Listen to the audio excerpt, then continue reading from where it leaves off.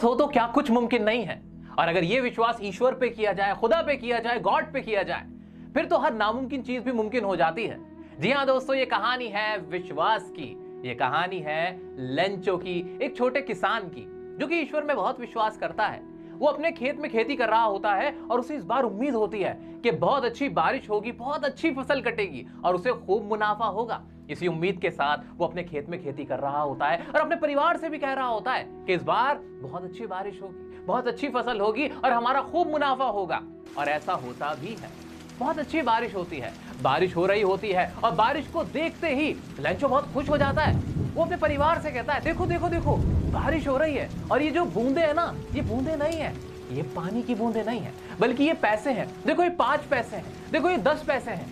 और इस तरह से वो अपना खुशी में जश्न मना रहा होता है। तभी अचानक उसे एहसास होता है कि बारिश की बूंदे ओलों में बदल गई हैं और इतना तूफान आता है बर्फ का कि उसकी सारी फसल बर्बाद हो जाती है। उसका पूरा खेत ऐसा लगने लगता है मानो नमक से घिर गया है, नमक की चादर उस पे चढ़ गई है, एक सफेद चादर उस पे बिछ गई है। यानी उसकी खेती, उसकी फसल पूरी बर्बाद हो चुकी है। उसके सर्वाइवल के लाले पड़ गए हैं।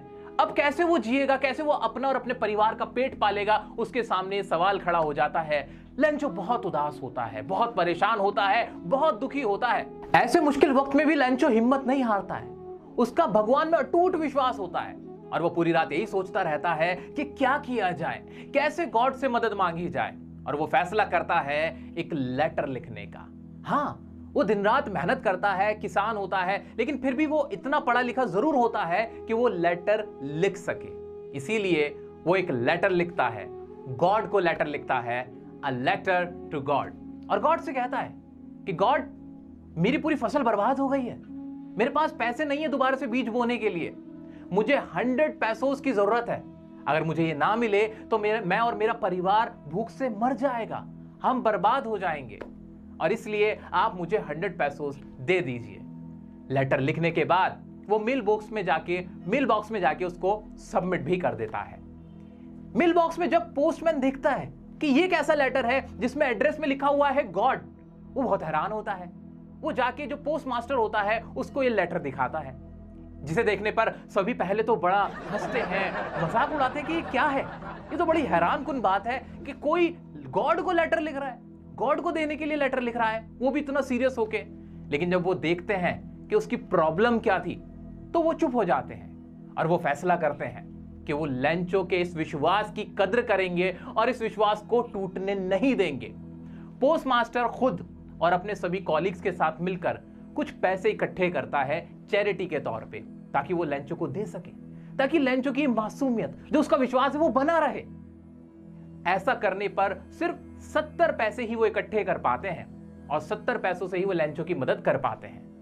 वो ठीक वैसा ही करते हैं जैसा लेंचो चाहता है। 70 पैसे एक लेटर में रख के दे देते हैं। पोस्टमास्टर खुद जाता है लेंचो के घर, उसके हाथ ये लिफाफा दे देता है।